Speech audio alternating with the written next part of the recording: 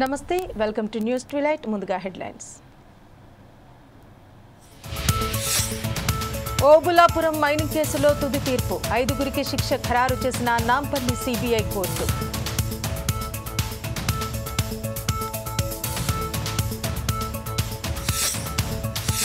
RTC కార్మికులు తలపెట్టిన సమ్మె వాయిదా కార్మికులతో మంత్రి పొన్నం ప్రభాకర్ చర్చలు సఫలం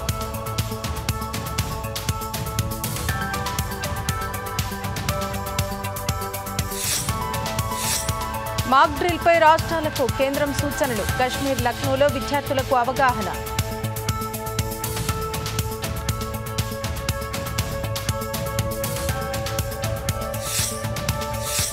పాక్తో పౌరులో భారత్కు అండగా ఉంటాం ప్రధాని మోదీకి ట్రంప్ యంత్రాంగం మద్దతు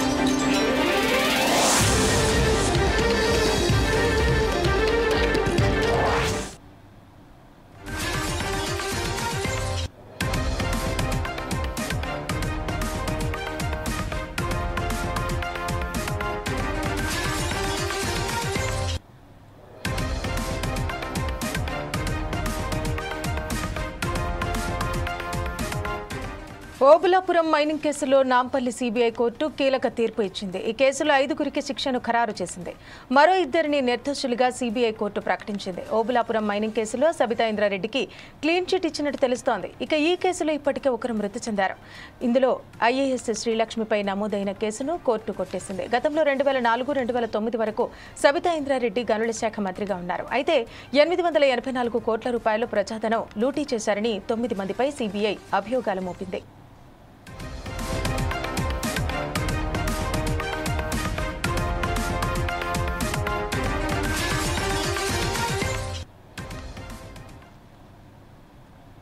ఇక దీనికి సంబంధించిన మరింత సమాచారం మా ఇన్పుట్ ఎడిటర్ శ్రీనివాస్ అందిస్తారు శ్రీనివాస్ చెప్పండి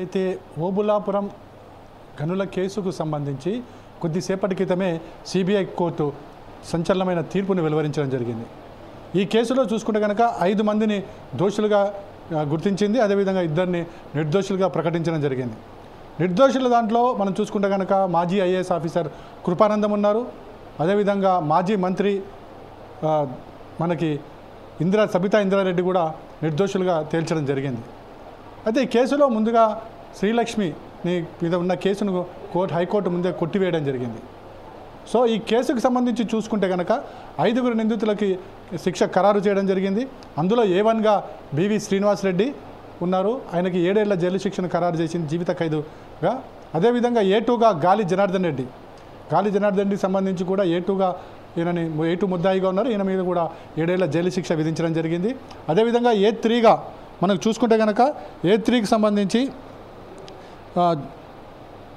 ఈడి రాజగోపాల్ A3గా ఉన్నారు ఆయనకు కూడా 7 ఏళ్ల జైలు శిక్ష విధించడం జరిగింది అదేవిధంగా A7గా ఉన్న అలీఖాన్ని కూడా శిక్ష విధించడం ఖరారు చేయడం జరిగింది అయితే ఒక నిందితుడు మృతి చెందడం జరిగింది సో ఈ 4గురికి కూడా శిక్ష విధిస్తూ నాంపల్లి సిబిఐ కోర్టు కొద్దిసేపటి క్రితమే సంచలన తీర్పు వెలువరించడం జరిగింది వీరిని కొద్దిసేపట్లో జైలు కూడా తరలించబోతున్నారు అయితే ఈ కేసుకు సంబంధించి చూసుకుంటే కనుక 14 ఏళ్ల క్రితం ఈ కేసు నమోదు కాబడింది ఏదైతే మనకి సబితా ఇంద్రారెడ్డి 2009లో ఈ కేసు నమోదైంది ఈ కేసుకు సంబంధించి ఆనాడు సబితా ఇంద్రారెడ్డి గనుల శాఖ మంత్రిగా పనిచేయడం జరిగింది ఓబులాపురం కేసుకు సంబంధించి ఓబులాపురం గనులకు సంబంధించి కేటాయింపుల మీదనే ప్రధానంగా ఇక్కడ సిబిఐ దృష్టి సారించడం జరిగింది దాదాపు 14 ఏళ్ల పాటు ఈ కేసు మీద విచారణ జరిగింది 2011లో ఈ కేసులో ముఖ్యంగా ఉన్న A2గా ఉన్న గాలి జనార్దన్ రెడ్డిని కూడా అరెస్ట్ చేశారు అంతకుముందే బివి శ్రీనివాసరెడ్డిని అరెస్ట్ చేయడం జరిగింది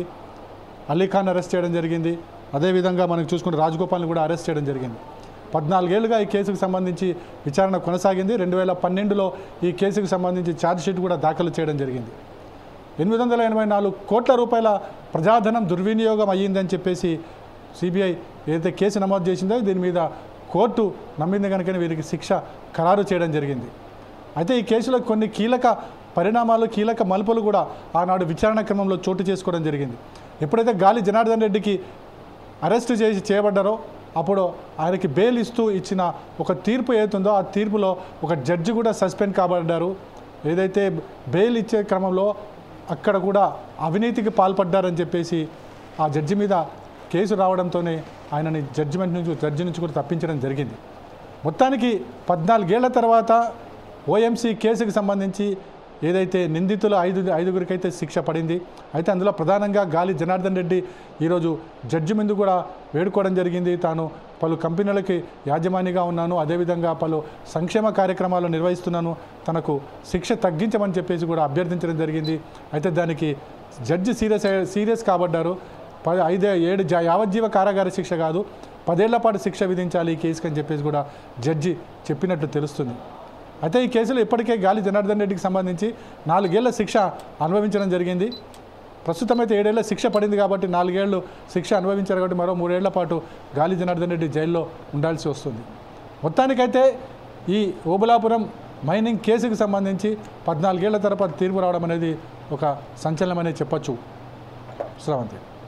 అయితే శ్రీనివాస్, అంటే 14 ఏళ్లుగా ఈ కేసుకు సంబంధించి విచారణ సాగుతూనే ఉంది. మీరు అన్నట్టు అంటే ఒకరికి 4 ఏళ్ల జైలు శిక్ష కూడా విధించడం జరిగింది. అంటే దాదాపు ఇప్పటి వరకు మనం ఏ కేసును గమనించినా కూడా విచారణ విషయానికి వచ్చేసరికి చాలా సంవత్సరాల వ్యవధి నడుస్తుంది. ఇప్పుడు ఈ కేసు గురించి కూడా మనం ఒకసారి ఆలోచించినట్టయితే తెలంగాణ రాష్ట్రం ఏర్పడక ముందే జరిగింది. ఎందుకు ఇంత ఆలస్యం కావడానికి గల ప్రధాన కారణాలు ఏంటి అసలు? ఇది ఉమ్మడి రాష్ట్రంలో జరిగిన కేసు. ఇది ఆనాడు వైఎస్ రాజశేఖర రెడ్డి ముఖ్యమంత్రిగా ఉండి ఆ తర్వాత చనిపోయిన తర్వాత ఈ కేసు నమోదైంది. అయితే ఈ కేసుకు సంబంధించి విచారణ అంటే దాదాపు 884 కోట్ల రూపాయల అవినీతి జరిగిందని చెప్పేసి కూడా సిబిఐ ఏదైతే దాఖలు చేయబడిందో విచారణ క్రమం అనేది ఏదైతే ఉంటుందో విచారణ అనేది సాగుతూనే ఉంటుంది. ఎందుకంటే వెంటనే విచారణ చేసి దోషులుగా నిర్ధారించడం కరెక్ట్ కాదు. కాబట్టే ప్రతి కేసు కూడా ముఖ్యంగా అవినీతికి సంబంధించి కేసు కావచ్చు, లేకపోతే కొన్ని కేసులు ఏవైతే ఉంటాయో ఆ కేసులు సమయం తీసుకునే అవకాశం ఉంది. దీనికి సంబంధించి సాక్ష్యాలను పరిశీలించాల్సి వస్తుంది. ఏవైతే సాక్ష్యాలు ఇచ్చిన తర్వాత దాన్ని ఛార్జ్షీట్ దాఖలు చేయాల్సి వస్తుంది. దాని మీద ట్రయల్స్ రన్ అవుతుంటాయి. సో ప్రతి కేసు కూడా అంటే ఆ కేసుకు సంబంధించి వెంటనే తేల్చాల్సిన కేసులు కావు ఇవన్నీ కూడా టైంతో కూడుకున్న కేసులు. అదేవిధంగా విచారణకు సంబంధించి టైం పట్టే కేసులు కాబట్టి ఇంత టైం తీసుకుందని మనం భావించాల్సి ఉంటుంది. Thank you Srinivas.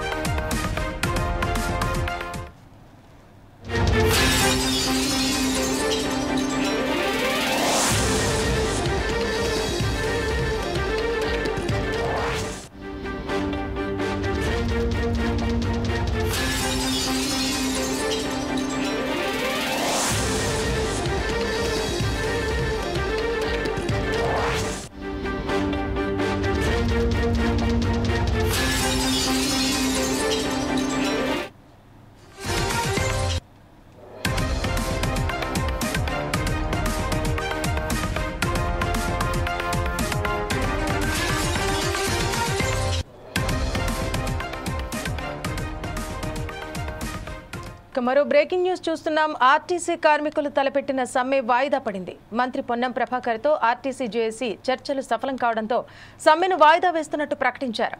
ఉద్యోగుల సమస్యల పరిష్కారానికి ప్రభుత్వం 3 ఐఏఎస్ అధికారులు నవీన్ మిత్తల్, లోకేష్ కుమార్, కృష్ణ భాస్కర్తో కమిటీ ఏర్పాటు చేసింది.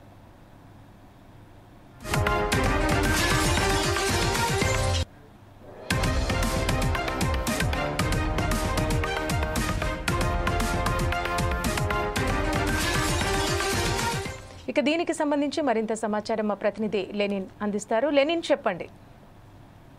రైట్ శ్రవంతి, ఆర్టీసీ కార్మికులు తలపెట్టిన సమ్మె అయితే వాయిదా పడింది. అయితే ఈ రోజు మంత్రి పొన్నం ప్రభాకర్ తో ఆర్టీసీకి సంబంధించినటువంటి జేఏసీ నేతలు అయితే చర్చలు జరపడం జరిగింది. అనంతరం చర్చ సఫలం కావడంతో సమ్మెను వాయిదా వేస్తున్నట్లు కూడా మీడియా సమావేశంగా నాయకులు అయితే తెలిపారు. దాదాపు ఏదైతే ఈ ఆర్టీసీకి సంబంధించినటువంటి డిమాండ్స్ ఉన్నాయో అవన్నిటినీ పొన్నం ప్రభాకర్ దృష్టికి అయితే తీసుకెళ్లారని చెప్పేసి కూడా నాయకులు అయితే చెప్పడం జరిగింది. దాదాపు ఆర్టీసీ కార్మికులు ఏదైతే ఒక 23 డిమాండ్లు పెట్టుకున్నారో దాంట్లో ఏదైతే గవర్నమెంట్ గతంలో కాంగ్రెస్ ప్రభుత్వం ఇచ్చినటువంటి మేనిఫెస్టోలో ప్రభుత్వంలో విలీనం చేయాలని చెప్పేసి ఏదైతే ఉందో అది ప్రధాన డిమాండ్ గా ఉంది. ఆ డిమాండ్ పైన కూడా పొన్నం ప్రభాకర్ తోని ఏదైతే నాయకులు అయితే చర్చించారని చెప్పేసి కూడా వారు చెప్పారు. అయితే దీనిపైన పొన్నం ప్రభాకర్ గారు సానుకూలంగా స్పందిస్తూ తప్పకుండా చేస్తామని చెప్పేసి కూడా వారు హామీ ఇచ్చారని చెప్పేసి కూడా ఏదైతే జాక్ నాయకులు అయితే చెప్తున్నారు.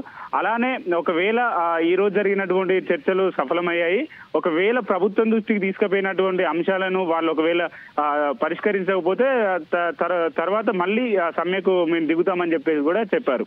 శ్రవంతి,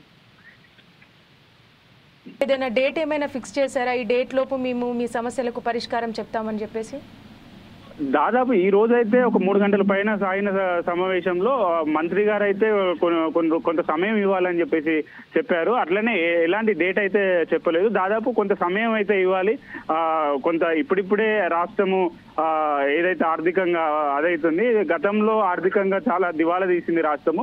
ఇప్పుడు దాన్ని అంతా సరిదిద్దుతున్నాం. మీరు ఇలాంటి సమయంలో ఎలాంటి చర్యలు చేయకండి, ప్రభుత్వానికి సానుకూలంగా ఉండండి అని చెప్పేసి కూడా వారు అన్నారు. ఎలాంటి డేట్ అయితే ప్రకటించలేదు. దాదాపు కొంత సమయం కావాలని చెప్పేసి మంత్రి అన్నట్లు అయితే తెలిపారు. Thank you Lenin.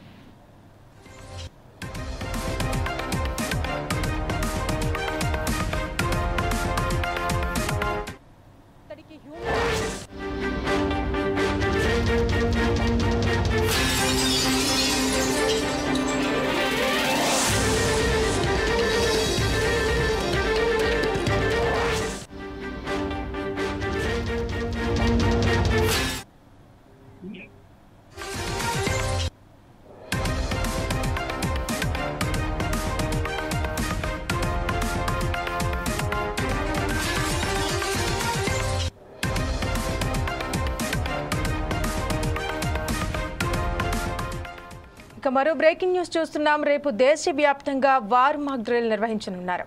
రాష్ట్రాల ప్రధాన కార్యదర్శులతో home secretary Govind Mohan high level meeting నిర్వహించారు. NDRF, NDRM, railway, home guards, air force ఉన్నతాధికారులతో సమావేశమయ్యారు. రాష్ట్రాల్లో మాక్ డ్రిల్ నిర్వహించాలని ఆదేశాలిచ్చారు. ప్రజల్లో అవగాహన కల్పించాలని హోం సెక్రటరీ ఆదేశించారు. ఈ మేరకు రేపు హైదరాబాద్లో 4 ప్రాంతాల్లో మాక్ డ్రిల్ నిర్వహించనున్నారు. సికింద్రాబాద్, గోల్కొండ, కంచన్బాగ్, డిఆర్డీఏ, మౌలాలిలోని ఎన్ఎఫ్సి డిఫెన్స్ బృందాల మాక్ డ్రిల్ జరగనుంది. రేపు సాయంత్రం 4 గంటలకు ఈ మాక్ డ్రిల్ ప్రారంభం కానుంది.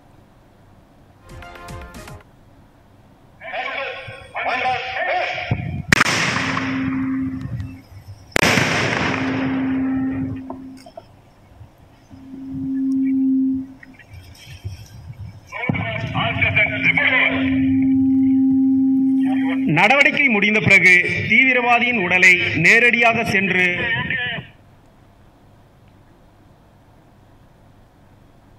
ఇక తెలంగాణ ఛత్తీస్గఢ్ సరిహద్దు ఇక దీనికి సంబంధించి మరింత సమాచారం మా ఇన్పుట్ ఎడిటర్ శ్రీనివాస్ అందిస్తారు. శ్రీనివాస్, చెప్పండి.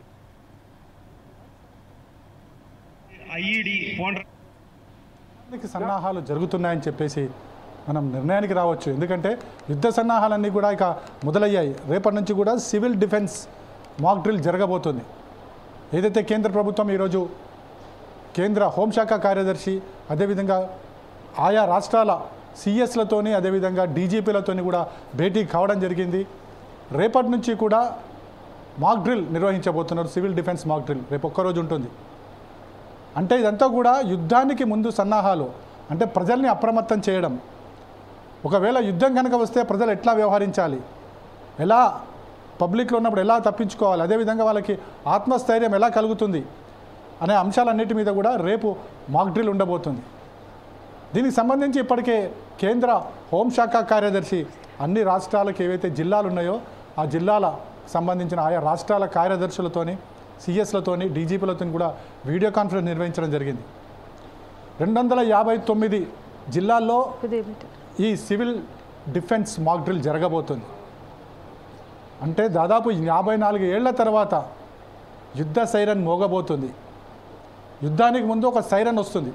ఇది ఎలా ఉంటుందనేది ఇప్పటికీ ప్రజలకు తెలియదు. అంటే 1971లో యుద్ధం వచ్చినప్పుడు ఇలాంటి సైరన్ ఒకటి మోగింది. ఆ తర్వాత 54 ఏళ్ల తర్వాత మరోసారి ఈ సైరన్ మోగబోతుంది. అంటే యుద్ధానికి ముందు ఈ సైరన్ వస్తుంది అనేది ప్రజలకు తెలియచేయాలి.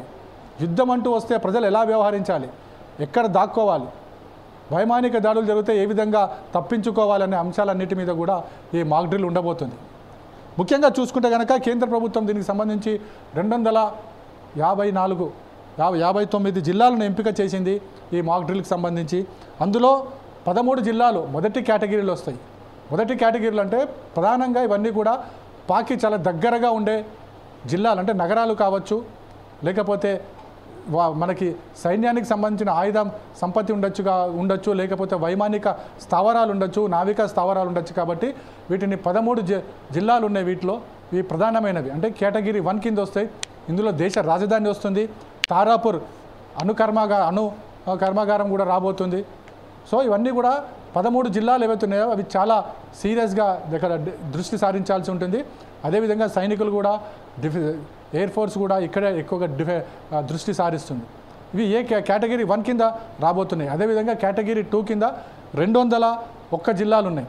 ఈ 201 జిల్లాల్లో కూడా ఇవి కేటగిరీ 2 కింద వస్తాయి. కేటగిరీ 2లోనే తెలుగు రాష్ట్రాలకు సంబంధించి హైదరాబాద్ ఉంది. అదేవిధంగా ఏపీకి సంబంధించి విశాఖపట్నం కూడా ఉంది. హైదరాబాద్ సంబంధించి చూసుకుంటే కనుక మనకి ఇక్కడ కూడా సైనిక స్థావరాలు ఉన్నాయి. అదేవిధంగా మనకి డిఫెన్స్ సంబంధించినవి ఉన్నాయి. అదేవిధంగా ఎయిర్ ఫోర్స్ అకాడమీ ఇక్కడే ఉంది హకీంపేట్లో.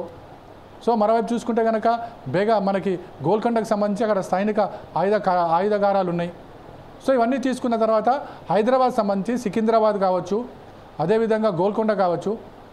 మరోవైపు చూసుకుంటే కనుక డిఆర్డిఓ ఎక్కడైతే ఆయుధాలు తయారు చేస్తారో ఆ ఏరియా కావచ్చు. అదేవిధంగా మనకు చూసుకుంటే కనుక ఎన్ఎఫ్సి కాంచన్బాగ్లోనే ఎన్ఎఫ్సి, ఈ 4 ప్రాంతాలను కూడా రేపు మాక్ డ్రిల్లో ఉండబోతున్నాయి.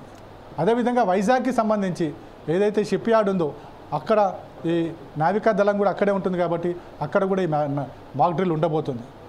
మొత్తానికైతే రేపు సివిల్ డిఫెన్స్ మాక్ డ్రిల్ జరగబోతుంది. కాబట్టి ప్రజలందరూ కూడా అప్రమత్తంగా ఉండాలి అని ఒక సూచన చేయడానికి కేంద్ర ప్రభుత్వం ఈ చర్యలు తీసుకుంది. అయితే ఈ మాక్ డ్రిల్ అనంతరం 10-11 తేదీలలో పాక్ దాడులు జరగవచ్చు, యుద్ధానికి భారత్ సన్నద్ధం కావచ్చు అని చెప్పేసి పాకిస్తాన్ చెందిన ఒక వర్గం బయటికి తెలియజేసింది. ఎందుకంటే 9వ తారీఖు రష్యా ప్రోగ్రాం ఉంది.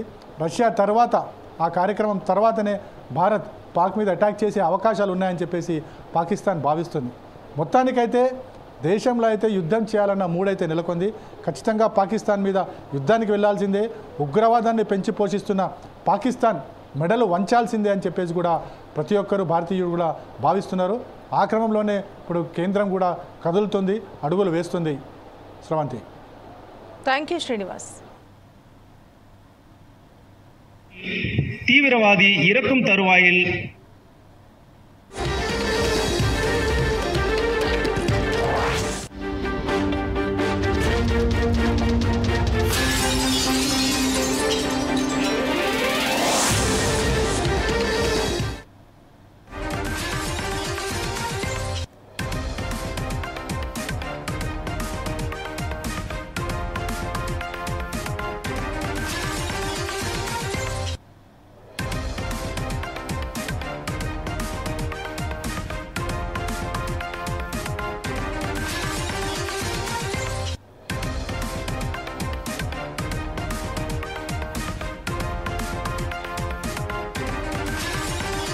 తెలంగాణ ఛత్తీస్గఢ్ సరిహద్దు కర్రెగుట్టల్లో కూంబింగ్ కొనసాగుతోంది. కేంద్ర బలగాల ఆపరేషన్ 15వ రోజుకు చేరుకుంది. బలగాలు మావోయిస్టుల మధ్య ఎదురుకాల్పులు కొనసాగుతున్నట్టు తెలుస్తోంది. ఇక ఎన్కౌంటర్ ప్రాంతంలో 2 మావోయిస్టుల మృతదేహాలను గుర్తించారు. ఘటనా స్థలంలో కూంబింగ్ కొనసాగుతోంది. భూగర్భ బంకర్ల నుండి మావోయిస్టులు బయటకు వస్తున్నట్టు బలగాలు భావిస్తున్నాయి.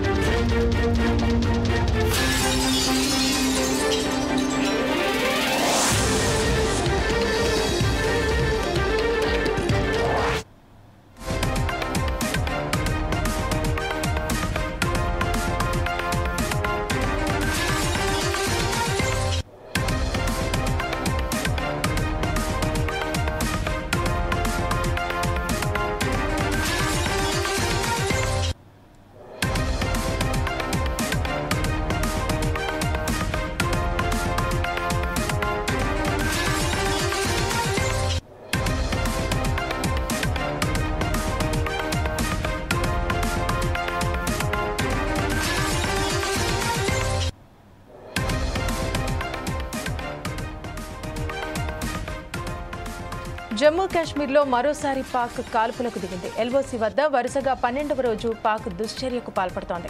మరోసారి పాక్ కాల్పుల విరమణ ఒప్పందాన్ని ఉల్లంఘించింది. కుప్వారా, పూంచ్, అఖ్నూర్ సెక్టార్లో పాక్ కాల్పులకు దిగింది. పాక్ కాల్పులను భారత బలగాలు ఎప్పటికప్పుడు తిప్పికొడుతున్నాయి.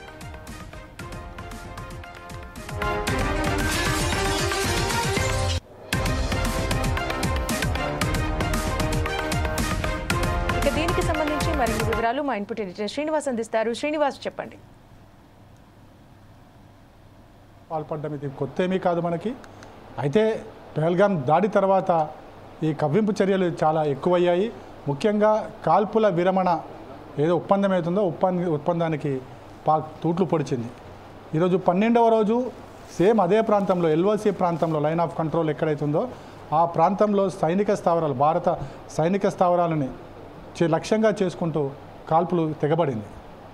12వ రోజు కూడా ఇదే విధిగా కుమ్వారా, ఉఖ్నూర్ సెక్టార్లలో ఇదే తరహాలో దాడులు చేయడం జరిగింది పాక్ బలగాలు.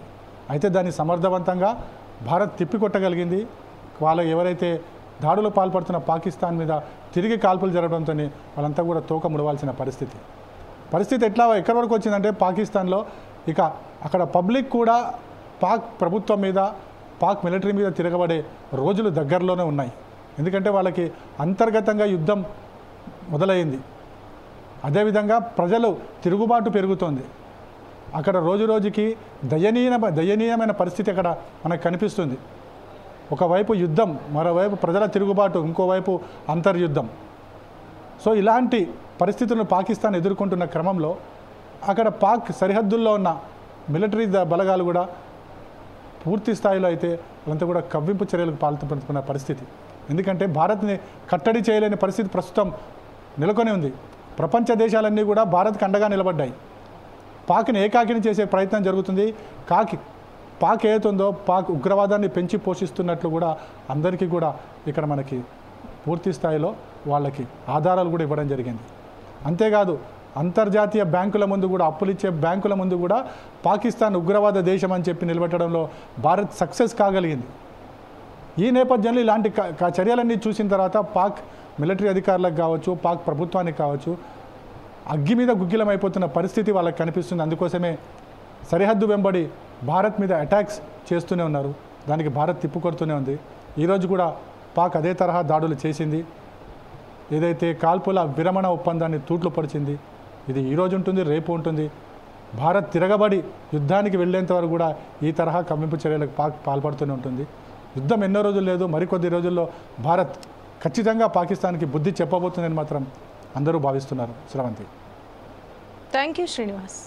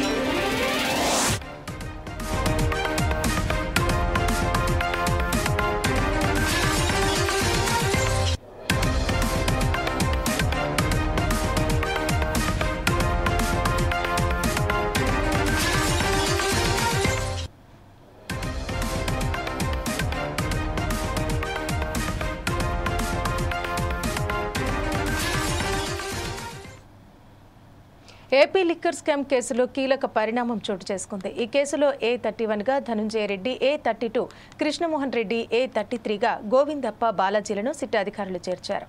ఇక ఇటీవల అరెస్ట్ అయిన కేశిరెడ్డి రాజశేఖర్ రెడ్డి, చాణక్యాల రిమాండ్ రిపోర్టులో కూడా ఈ ముగ్గురు పేర్లను సిట్ చేర్చింది. ఈ ముగ్గురి ఆదేశాలతోనే అప్పట్లో డబ్బులు వసూలు చేశామని, ఈ డబ్బులు వాళ్ల దగ్గరకు చేరాయని విచారణలో తెలిపారు నిందితులు. ఈ రిమాండ్ రిపోర్టు ఆధారంగానే వీళ్ల పేర్లు చేర్చినట్టు మెమోలో సిట్ పేర్కొంది.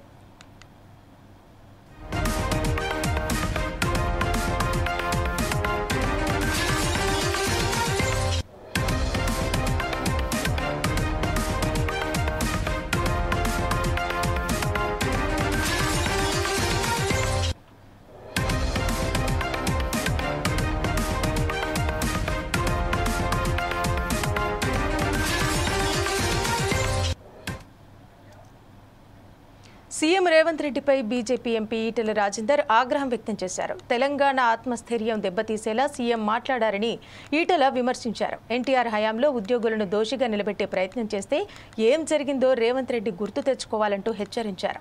తెలంగాణ రాష్ట్రంలో ఇప్పటికైనా రేవంత్ రెడ్డి ప్రభుత్వం ఉద్యోగులకు రావాల్సిన రిటైర్మెంట్ బెనిఫిట్స్ ఇవ్వాలంటూ డిమాండ్ చేశారు. ఎన్టీ రామారావు గారి పీరియడ్లో మొత్తం ఉద్యోగులు దోషిగా నిలబెట్టే ప్రయత్నం చేసిండ్రు. ఏం జరిగింది? ఈవెన్ కేసీఆర్ గారు కూడా ఇట్లాంటి ప్రయత్నం చేసిండు. ఏం జరిగింది? వాళ్ళు ఏమడుగుతారు? వాళ్ళు లేదు నువ్వు పీఆర్సీ ఉంది 20% మీ యొక్క 10% కానీ ఉద్యోగులకు రావాల్సిన రిటైర్మెంట్ బెనిఫిట్స్ ఇవ్వవా? ఉద్యోగులకు రెగ్యులర్గా కేంద్ర ప్రభుత్వం మీద డిఏ ఇస్తుందో డిఏ తీయాలి కదా 6 నెలలకు ఒకసారి. డిఏలు ఆపే అధికారం అయితే ఎవరికి లేదు కదా. నువ్వు పీఆర్సీ అనేది తర్వాత విషయం, జీతభత్యాలు పెంచడం నీ ఆర్థిక పరిస్థితి పెట్టి చేసుకో, కానీ డిఏ నీ కనీస కర్తవ్యం కదా. ఎన్టీ రామారావు గారి పీరియడ్లో మొత్తం ఉద్యోగులు దోషిగా నిలబెట్టే ప్రయత్నం చేసిండ్రు. ఏం జరిగింది? ఈవెన్ కేసీఆర్ గారు కూడా ఇట్లాంటి ప్రయత్నం చేసిండు. ఏం జరిగింది? వాళ్ళు ఏమడుగుతారు? వాళ్ళు లేదు నువ్వు పీఆర్సీ ఉంది 20% మీ యొక్క 10% కానీ ఉద్యోగులకు రావాల్సిన రిటైర్మెంట్ బెనిఫిట్స్ ఇవ్వవా? ఉద్యోగులకు రెగ్యులర్గా కేంద్ర ప్రభుత్వం మీద డిఏ ఇస్తుందో డిఏ తీయాలి కదా 6 నెలలకు ఒకసారి. డిఏలు ఆపే అధికారం అయితే ఎవరికి లేదు కదా. నువ్వు పీఆర్సీ అనేది తర్వాత విషయం, జీతభత్యాలు పెంచడం నీ ఆర్థిక పరిస్థితి పెట్టి చేసుకో, కానీ డిఏ నీ కనీస కర్తవ్యం కదా. వల్లభనేని వంశీ రిమాండ్ను విజయవాడ కోర్టు ఈ నెల 13 వరకు పొడిగించింది. వంశీతో పాటు మిగిలిన నిందితుల రిమాండ్ పొడిగించింది. ఇక రిమాండ్ పొడిగింపు ఉత్తర్వులను విజయవాడ కోర్టు జారీ చేసింది. సత్యవర్ధన్ కిడ్నాప్ కేసులో వల్లభనేని వంశీ అరెస్ట్ అయిన సంగతి తెలిసిందే.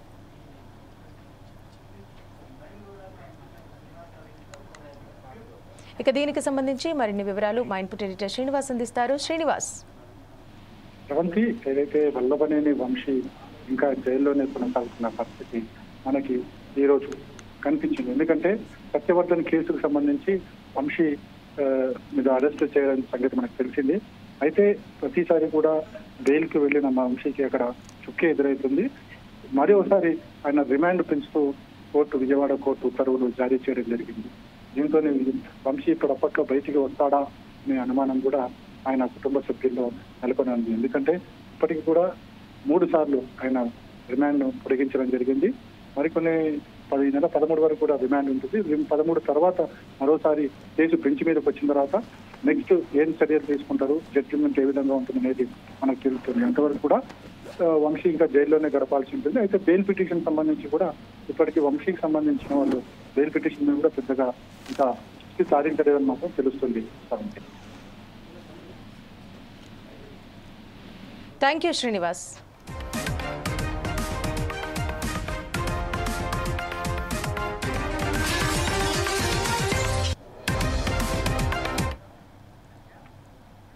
హైదరాబాద్లోని గచ్చిబౌలిలో హైడ్రా కూల్చివేతలు చేపట్టింది. గచ్చిబౌలిలోని అక్రమ కట్టడాలను హైడ్రా తొలగించింది.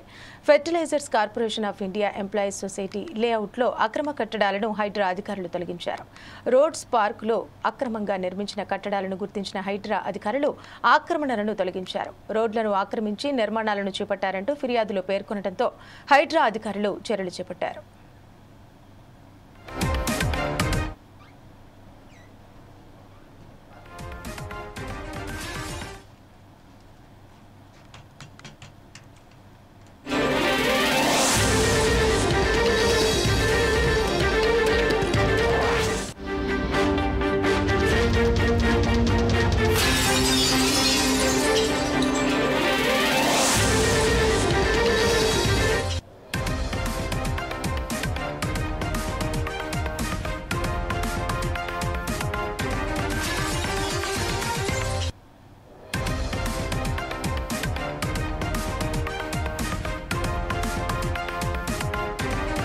బుగ్గమఠం భూములు ఆక్రమణకు గురయ్యాయని సర్వే అధికారులు ప్రాథమికంగా నిర్ధారించారు. 14.49 ఎకరాల్లో 3.88 ఎకరాలు మాజీ మంత్రి ఎమ్మెల్యే పెద్దిరెడ్డి రామచంద్రారెడ్డి ఆక్రమణలో ఉన్నట్టు గతంలోనే విజిలెన్స్ అధికారులు ప్రభుత్వానికి నివేదిక ఇచ్చారు. మారుతినగర్, రాయల్ నగర్లోని బుగ్గమఠం భూముల ఆక్రమణ వాస్తవమే అని నిర్ధారించారు. అయితే కబ్జా చేసింది ఎంత అన్న దానిపై మరింత లోతుగా అధికారులు విచారణ చేయనున్నారు. ఇక 10 రోజుల్లో ఎవరు ఎంతెంత భూమిని ఆక్రమించుకున్నారన్న దానిపై పూర్తి నివేదికను ఉన్నతాధికారులకు ఇవ్వనున్నారు.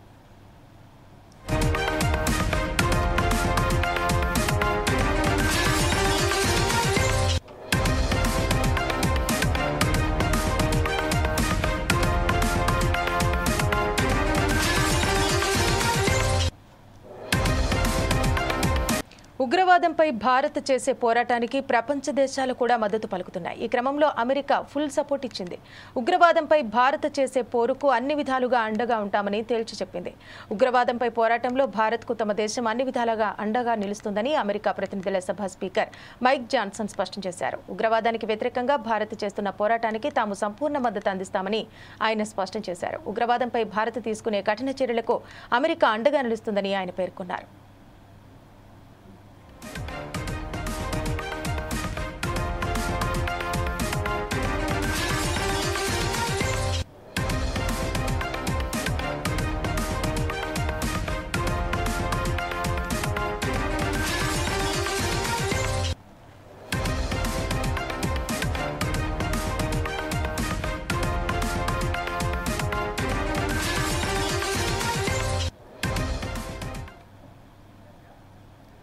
భూపాలపల్లి జిల్లా కాళేశ్వరం త్రివేణి సంగమం వద్ద ప్రవహించే అంతర్వాహిని సరస్వతి నది పుష్కరాలకు పటిష్ట ఏర్పాటు చేయాలని జిల్లా అధికార యంత్రాంగానికి రాష్ట్ర దేవాదాయ శాఖ మంత్రి కొండా సురేఖ, ఐటీ, పరిశ్రమలు, చేనేత శాఖ మంత్రి శ్రీధర్ బాబు ఆదేశించారు. మంత్రి సురేఖ ఆధ్వర్యంలో కాళేశ్వరం సరస్వతి పుష్కరాల రివ్యూ మీటింగ్ హైదరాబాద్ సెక్రటేరియట్లో నిర్వహించారు.